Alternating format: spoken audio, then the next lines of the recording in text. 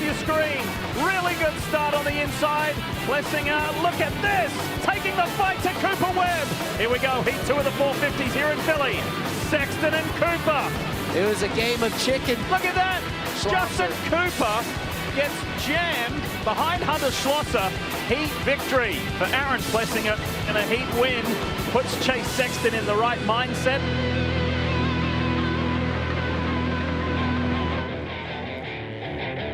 What an afternoon here in Philadelphia in Lincoln Financial Field for round 13 of the Monster Energy AMA Supercross Championship. Welcome to the SMX Insider post-race show, and we have got a lot to unpack here, and we've got to hear from a lot of different riders. Yes, they're all getting back with their teams and already starting the debrief. Let's kick off the interviews. JT, let's go.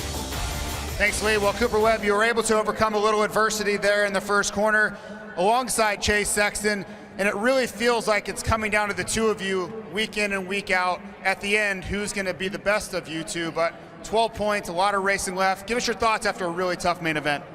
Yeah, it was a barn burner. You know, we battled back the whole time. We both kind of got up in that first turn thing. So, yeah, he got going in front of me, and you know, we were coming through the pack together, and yeah, he was able to charge through. I was coming with, and just hoping I could pass guys just as fast as he did, and I did till we got to Kenny, and he got around Kenny and put 2 or 3 sprint laps and kind of dictated the race. I had a bad line here, right here by the podium and that inside, and it was killing me. So should have caught up on that first. Should have started jumping that quad sooner.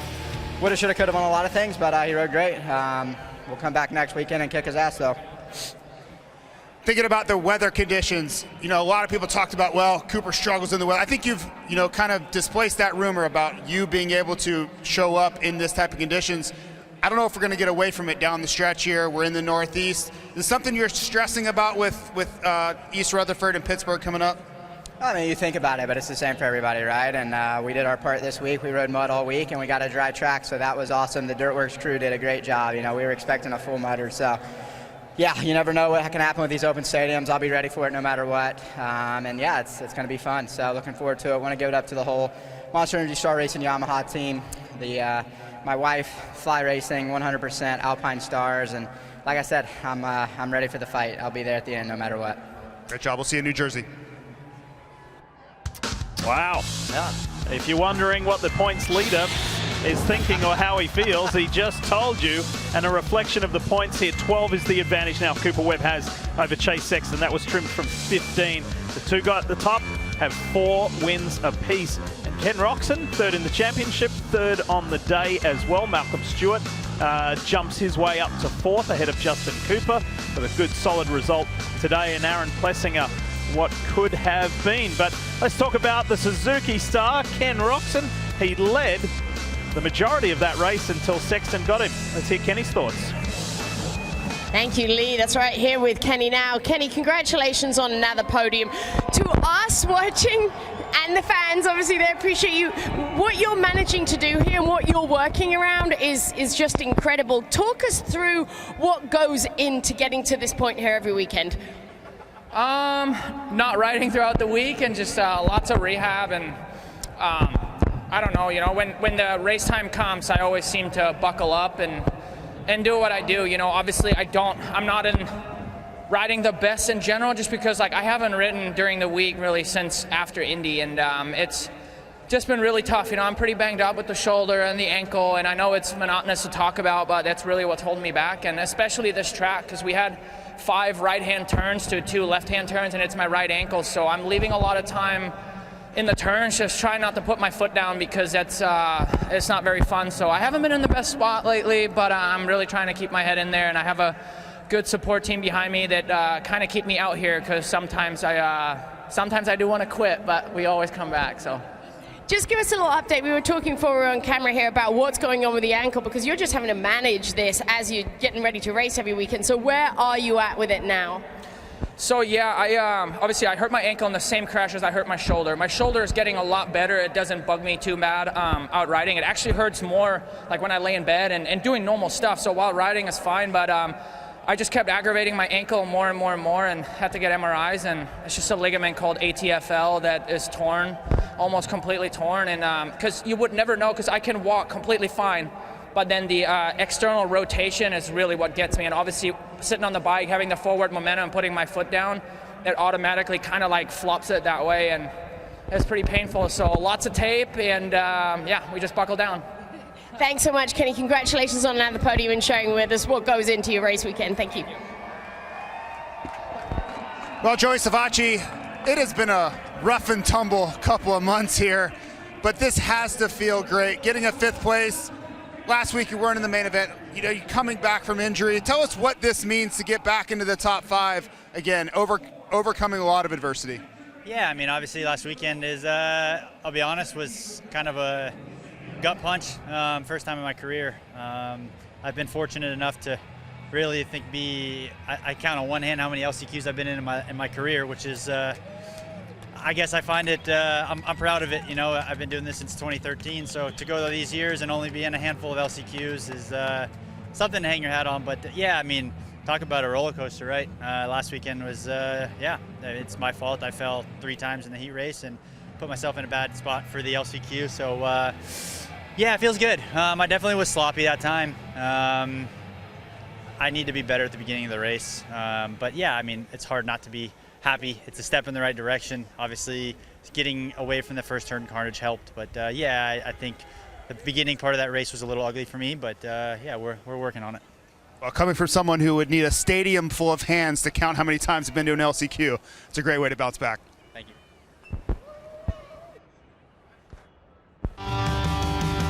Well done to the Quad Lock Honda team as well, with McElrath on the podium last week and Joey Savatgy in the top 5 this week. So when the 450 riders met the fans out on the track, they got a closer look at how things were going to be for race time riding in comparison to the qualifying practice in the afternoon. And we knew that it was a setup between Cooper Webb and Chase Sexton, the title combatants, head to head. In turn 1 of the main event, we couldn't believe what we saw. Yeah, we saw both KTM teammates get into it, and Chase Sexton was able to get out of it. But Aaron Plessinger, last week's winner, coming back, dominant heat race win, being able to beat Cooper Webb. You thought he might have had a chance, but it allowed it. The other, I would say, somewhat teammate, riding partner, Justin Barsham out front, and then he did this, RC. Yeah, James, you said he may have missed his rear brake, and it does look like that. Needless to say, rarely do you see that happen from a guy that has so much experience like Barsham. I hate that for him because I thought he had a really good opportunity to do well in this main event. He's been riding good lately. So that left Ken Roczen out in front, and Kenny took full advantage of it. At one point in time, he had more than a 5-second lead over second place. Yeah, but then it was Chase Sexton coming up. He was able to get around my brother for second place, and I thought Malcolm might have a chance to hang on and maybe just catch the toe with those guys, but Cooper Webb was able to get around him. Kind of a bully move right here around the outside. Squeezing in on Malcolm, and you got to believe Malcolm knew he was in the championship, so he didn't want to do anything. But yeah, Malcolm lost the toe, and then it was on for those two, Cooper Webb and Chase Sexton, to go after the leader. Yeah, and it was interesting to watch just how Sexton was able to catch up to Kenny, but now that we've got a great explanation from Kenny of where he is at health-wise, now we know the underlying problem and just how difficult that was, especially talking about how many right-hand corners there was. That's, James, you know that's like your worst nightmare that you could ever want, but the number 4 was solid all night long, and to do what he was able to do, and kudos to Cooper Webb getting by Kenny Roczen there, making a mistake. Yeah, Kenny actually missed the ship right there. I didn't see that until that one, but yeah, Cooper Webb did his best job at trying to go after Chase, but he was just on a different level tonight. Fourth win of the year for bike number 4. Sexton victorious here in Philadelphia, and that's what he needed. He said he needed to do it to just keep this title fight alive, and he did. He was pumped, understandably so. That was a really good ride. Very methodical. Good sportsmanship, you like to see this, but they are both fierce competitors. And it's a Sexton, Webb, Roczen podium here in Philadelphia. But let's have a look at some of the other names there. We heard from Joey Savatgy, great top 5, best result of the year behind Malcolm Stewart. And we give credit to Cooper, Ferrandis, Plessinger, who were caught up in that first corner incident. Justin Hill, another top 10 behind Benny Bloss, and the Beta boys. Mitchell Oldenburg in there just outside the top 10 as well. McElrath, that was a good comeback as well. Remember, he was down there. He was. Yep. Grandpa Earl, Yeah. 17th down there. So did a good. Dean Wilson was caught up in that turn 1 incident as well on his return to 450 competition and his first ride for the Honda HRC team. We'll see him next week in New Jersey. But let's keep talking about Red Bull KTM and their winning rider. Will Christian has more. That's right, I have more, and I'm here now with his mechanic, Jay Dungey. Jay, congratulations on the win tonight. That was an incredible performance. We just saw the highlights there of Chase. But it's not just him. You guys are the unsung heroes here. Yourself, his mechanic, the entire team, you know, the suspension, crew chief, everybody goes into doing this. And I think that got highlighted very heavily last weekend with all the work that you had to do with the mud. Talk to me about what you guys go through, the stress on that to make sure that they can go out there and do what they need to do. Yeah, it's not so much stressful because we've been doing it. We have a system, but the hardest part's just when it rains like it did last week is not sucking in water, so just keeping everything dry. And so we had our work cut out. Today was like a vacation compared to last weekend, so we got pretty spoiled. And then, but yeah, it's just keep Chase calm, and he knows what he's got to do. He's been doing this long enough, but yeah, we had our work cut out for us last week, and just all the mechanics, not just me. And our bikes were hammered, so it was glad everybody made it today and got through. So. Talk to me about, we spoke about it earlier in the day, but how long, tell the folks at home how long you guys spent rebuilding those bikes on Sunday after the mess that they were in after Saturday night? Yeah, we woke up around 8 o'clock, got to the truck at 8:30, and then we didn't leave till 10 o'clock, and we took our brakes home because they were hammered, so we built those at the shop. So we were 16 hours when it was all said and done, just rebuilding everything and getting it back to how it should be. But yeah, we had our work cut out, and it was good. When the guys win and get on the podium, and even AP's win last week, it's, I don't work for them, but it's just a team, and it's just a good thing for the team. So that gave us a little motivation last week building. But yeah, we did good, so I'm pumped. You did do good, and 4 to go now, and you're within striking distance, and we know what Chase is like when he's got momentums. We know we know he has the speed. What do you see in him now? What's it going to take to finish this out? Coop's going to be tough. He's a fighter till the end, but Chase, he wants it, and he's going to fight, and he's been in this situation before. They both have, and the biggest thing is keeping Chase calm. He knows what he needs to do, and keep her on 2 wheels, and I really believe in Chase. I know he can get the job done, and it's just, I got to make sure this bike's tip-top shape when he hops on, and let him do what he's paid to do, and I know he'll get the job done. So. And we know you'll get the job done too, Jade. A highly experienced mechanic. Thank you so much for your time. We appreciate your insight. Thank you. Guys, have fun. Guys, back to you. Great to hear from Jay Dungey there, and great to reflect more back-to-back wins for Red Bull KTM. Plessinger last week, Sexton this week. I think one of the things that I hear people talk about often is that you could look at the angle that it's a depleted 450 field this year. The Lawrence brothers are out, Prado's out, Anderson's out, etc. But we are being treated to an epic championship fight. It is a tremendous arm wrestle, and it's not ending anytime soon. So I'm going to ask you both about the same riders at the same time. First up, Sexton, what did you make of that win? What impressed you about that win? I mean, to be honest, nothing. Because that's how good Chase is. Because it was so clinical? Because that's how good he is. I mean, we've seen him, the way he won Anaheim 1, looked just like this. I mean, pretty much every race that he's won, it looked like this. And you start to wonder, I mean, he's just better when he's in this mood. Like, I know how close Cooper was, I know how good he is, but Chase is just better when he's in this spot. So I wasn't that impressed because I know he's that good. And so, to bounce back, and I think I'm more impressed about all the outside noise to be able to just somehow get out here and continue to fight, like I mentioned in the broadcast with Chad Reed having that attitude. That probably impresses me more about what I saw, what Chase is as a person, rather than what he did tonight, because this is what he does, and when he's on this level, nobody can beat him. Ricky, you always talk about Chase's speed, but he had the speed, he had a sense of calm, he had a sense of control tonight. Well, and I'll go back to just how he was in lockstep with the racetrack. And you talked about it, James, just how he was putting everything together all in one piece. This is what Nachi. He was silky smooth all day long. I love the way the balance of this motorcycle looked. It's like he could do no wrong. It was perfect traction, and he looked comfortable. You talked about the win at Anaheim. I go back to that incredible win he had at Birmingham. He looked so good on that bike. And a lot like what James says, it's not really surprising the way he rode, because he is just that good, and I think that's why we hold him in such high regard and expect so much out of him because of rides like that. And what James said about how he manages the outside noise, and he's, you know, there's some guys that cast some big shadows that he's raced against, and he's won some championships with guys going out.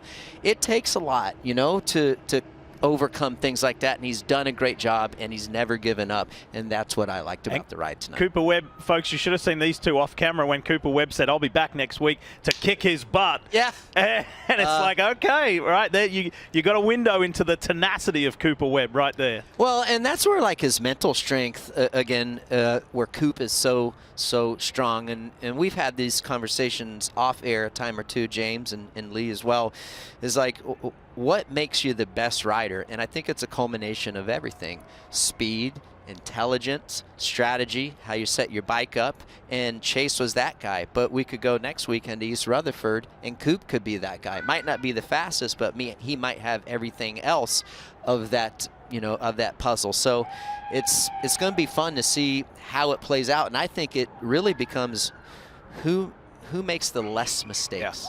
Yeah, absolutely. Yeah, I mean, when I saw Cooper, he rode great tonight. I mean, he rode great, and he shook hands with him. And then when I listened to him on the podium, I was shocked. I was like, whoa, but that's what makes him him. I'm sure somehow he conjured up this story of he was disrespected, now he's going to come out and fight. And that's what makes Cooper Webb so dangerous. And I'm looking forward to being at East Rutherford next weekend. I know one thing. There's no way I would have ever said that about going into the next week about this guy. That's for sure. I'm not trying to fuel the fire by any stretch, but you know what I always say? Hey, he got the easy part done. You know what that is? Talking about it. That's right. Hey, listen, you said resilience right at the top of the show. Let's have a look at the upcoming schedule just to remind ourselves, because this is part of the big picture, the 31 rounds of the SMX World Championship. And the SMX playoffs get going September 6th at ZMAX Dragway, just north of Charlotte, North Carolina, at Charlotte Motor Speedway. The Dome at America's Center, St. Louis,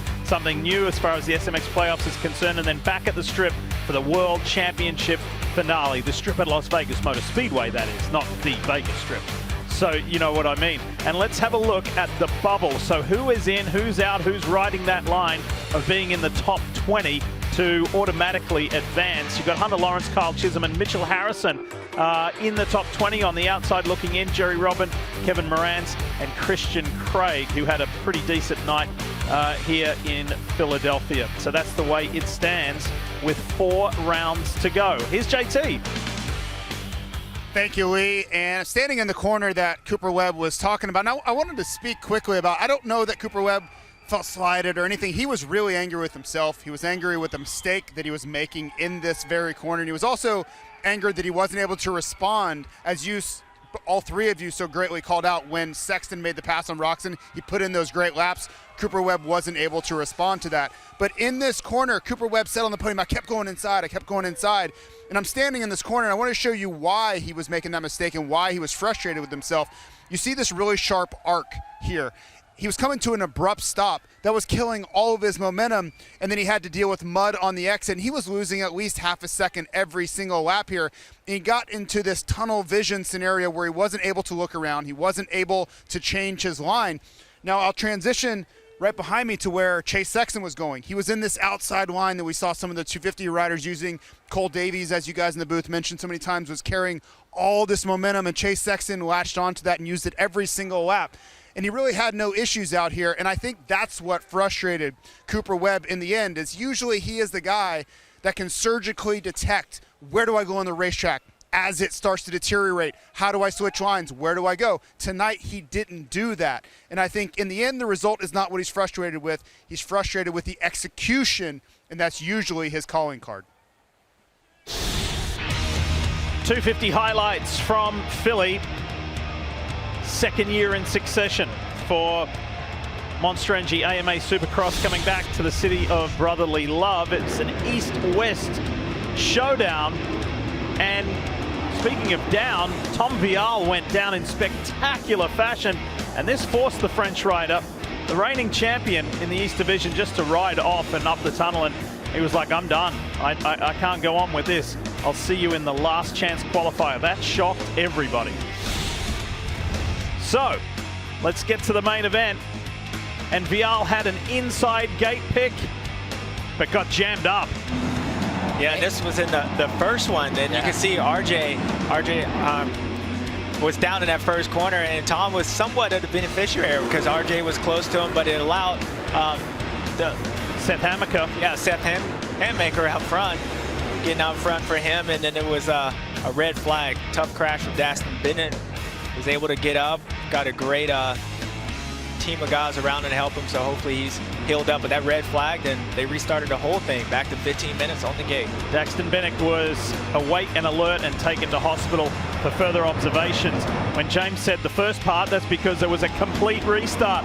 Part 2, and RJ Hampshire was in the mix with Seth Hammaker, Deegan, Cody Schock. It was on. That was a close one by Hayden Deegan. I didn't realize it. He almost lost it. Wow, that was an incredible save. Vial appreciated the second chance, and he made the most of it, keeping his title hopes alive, getting by Cody Schock. Yeah, I mean, I know the results are probably not what he wanted, especially after last weekend, but honestly, I don't think he really lost anything. I think it was a benefit, but this guy right here, it was the teammates going at it, Hayden Deegan, and Cole Davies just had some great lines, and the way he was able to ride up past Hayden Deegan and then made his way up to RJ and Seth Hammaker. I mean, the dude was on another level. He's just going to go around the outside of him right here. Yeah. How about this for a pass? I love those lines right there that Cole Davies was taking in the main event. James, you were talking to it, bringing it to everyone's attention about not following and being able to take alternative lines that weren't as wore out. But look at this save. You talk about he was out of control, huh? Yeah, he was a little out of control, but the skills kicked in right at the right time. But that was a huge save. Pass for the lead. Yeah, there's a pass for a lead, and you can see Cole, he just had better lines and had better pace and got up in the same spot as he was able to get around Seth. I mean, he got up in the front, and he was just gone. Late in the race, Hayden Deegan staged a remarkable comeback. So, was he headed for third? No, he wasn't, because Hampshire had several hiccups there, and he went right around the outside of the Husqvarna rider to put himself in second and started reeling his teammate in. Well, seeing that mistake in real time from RJ Hampshire, that was the save of the night. Yeah, he might need to get checked with his neck check. He might need to get a chiropractor after that, but this guy was just on a different level, Lee. Cole Davies, the 17-year-old star from New Zealand, back-to-back wins. The only rider in either division to do that this year. It was a Monster Energy Star Yamaha 1-2, but this kid is something else. And he is showing us. Standing in the center, front and center, in consecutive races, Seattle and Philadelphia for a Davies, Deegan, Hampshire podium. Seth Hammaker did well here in his home state, and Joe Shimoda rode to a very fine fifth. Tom Vial did enough to stay in touch. Yes, he may no longer have the red plate and be the championship leader. Julian Beaumer, it was a tough one in Philly. In the original start and those opening laps, he was in the top 3, but after the red flag and the total restart, Juju was doing it tough and finished outside the top 10. All right, let's talk points after this East-West showdown. And we start with the West. Deegan boasts a 17-point advantage over Cole Davies, but that's incredible. For that kid to be in second place in this early stage of his career is remarkable, but he just continues to impress. Well, they got 2 rounds left. That'll be Denver and Salt Lake City, and anything can happen at those events. You're going to probably need a little bit of help just because Hayden has been so consistent all season long, but it's certainly something to watch, and it's an incredible rookie performance. All right, Stu, let's have a look at the East points because it is a completely different picture. It's still tied at the top, but it's no longer Hammaker and Vial. It's Hammaker and Hampshire at the top. Yeah, but if you're Tom Vial, you just win next weekend and you're the red, you got the red point. Yep. So I think for him, just the way the night started off, going down, and every time I watch that crash, it seems like it's worse and worse. Yeah. He's in a good position and, somewhat to stabilize what happened from last week, getting dead last and then coming out in the heat race, going down, going to the LCQ, had a chance that might not even make the main event to go back and still salvage the top 10, only be 2 points down. I think all 3 of those guys won today. I want to give a shout out too to not only Chance Hymas, but Cullen Park. Cullen Park still stays in the top 5 after his career first podium last weekend. I want to ask you a question that I think everybody wants to know, and it's certainly a regular talking point. You go first. Cole Davies, how good is this kid? I mean, we talked about it a lot, and I've been saying it. I think the biggest thing for me when I look at the last 2 years is the improvements he made from last year at SMX Next. And when I watch him, he had the speed, and you could tell like there was something there. But now when I watch him, that jump that he made, it looks like he's been racing Supercross for 3 years and at this level, and that's what blows my mind. And I don't know, maybe because it was harder for me to make those advancements, it's pretty incredible. And the guys that he's been able to beat is unbelievable, and it's fun to watch when you see that kind of talent. Yeah, and I echo the same thing. And I think what I see as normally when guys come in, we always knew he had the speed, but it was a little ragged, you know, crashes here and there. What he's able to improve is not only has the speed, but just the way he looks doing it. Like, it's like he just smoothed out, and that usually takes years to be able to do that. So not only is he's always had the speed, we know he can win races, but the way he's doing it is very impressive. And I think what he did today, just changing the lines up. You know, he opened that whole racetrack up. He didn't have to be faster. He had better lines, which ultimately was going to end up winning a race, and that's the part impressive for being 17 years old. And it's another reason to celebrate SMX Next. Yeah. Right. All right, you just look up and down that points board, whether it's Hayden Deegan, Chance Hymas, now Cole Davies. The list goes on. It's such a valid and valuable program.